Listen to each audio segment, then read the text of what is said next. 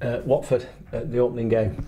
Really looking forward to Watford. We have we're desperate for the season to start now.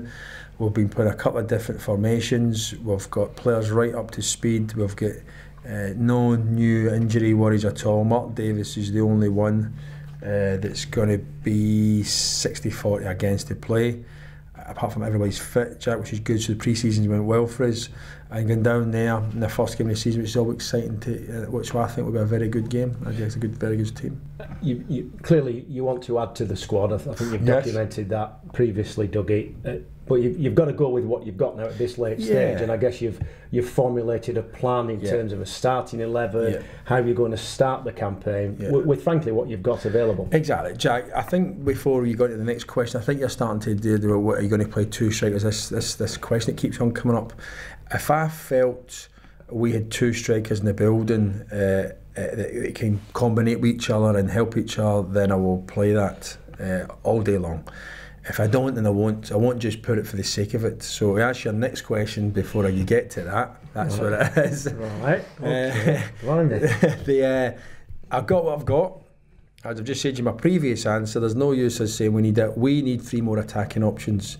The time is not right to get them in. I will go with what we've got, and I think we'll be tactically set up and organised to make sure Watford don't see a lot of the ball and limit their chances, will surprising 1 or 2 people in what we've got. You've already mentioned about Watford. Yes. Had a few changes over the summer. They weren't necessarily the team that people expected last year. What can the fans expect though for that first game from them this time? Well, from Watford, well, it's simple as this.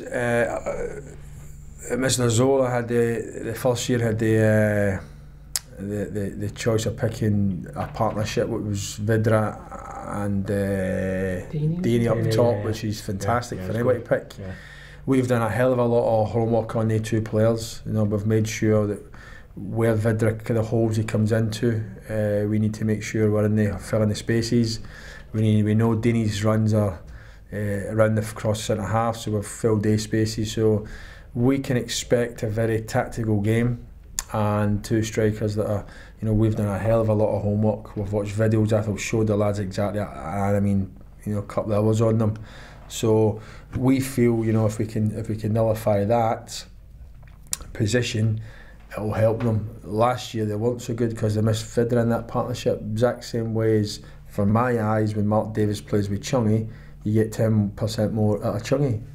It's because some players have got that kind of wavelength, they call it. So we expect a very tough game, tactical game, but we're quite comfortable in our approach. We're quite comfortable in our preparation, and as you say, I've got who I've got, and I strongly believe that we can go down there, and as we have done over the last couple of seasons,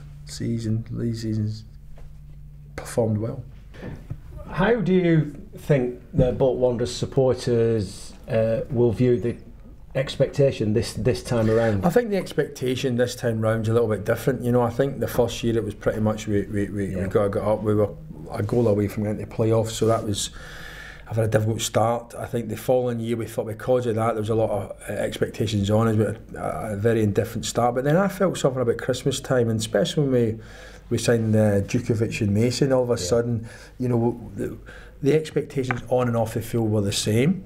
The fans understood that these are not a couple of not bad players. Although there was 1 or 2 people that did say we don't know who Djukovic is. By the end of the spell, they did. So because of that very on and off the pitch togetherness, I think we've done very well. And I think we've got that attitude now. I think the Bolton fans are thinking, you know what, we're going to stick together. We're going to make sure we get behind the team, and we think the manager, as he's done in the past, has picked rough diamonds, polished them up, or picked the right loans and being successful, and that's what they're waiting for.